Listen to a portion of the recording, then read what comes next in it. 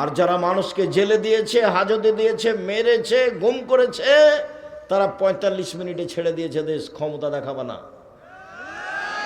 ভারতের দালাল হয়ে দেখে থেকে দেশকে ভালোবাসে এই কথা তুমি বলো না, তুমি মুনাফিক। ভারতের দালাল হয়ে তুমি দিন কাটায় না, বলো না যে আমি দেশকে ভালোবাসি। ধোঁকাবাজ। কে বলেছে তুমি দেশকে ভালোবাসো? কে বলেছে তুমি দেশকে ভালো? তুমি তো ধোঁকাবাজ, প্রতারক, তুমি মুনাফিক। জাতির সাথে গাদ্দারি করো, দেশের সাথে গাদ্দারি করো, দেশের দিনী ভাই বোনদের সাথে গাদ্দারি করো। তুমি সবচেয়ে বড় গাদ্দার। বিচারের মাঠে তোমার পিছনে, তোমার পাছার পাশে একটা পতাকা লাগানো হবে। তুমি যত বড় গাদ্দার, পতাকা তত বড় হয়। কথা মুহাম্মদ সাল্লাল্লাহু আলাইহি ওয়াসাল্লাম বলেন, হাদিস বুখারী মুসলিম। দুনিয়ায় দাপট দেখিয়ে কয়েকদিন বেঁচে থেকে মানুষকে মেরে জেল হাজত দিয়ে নিজে কিছু বড় মনে করো না, সময় শেষ।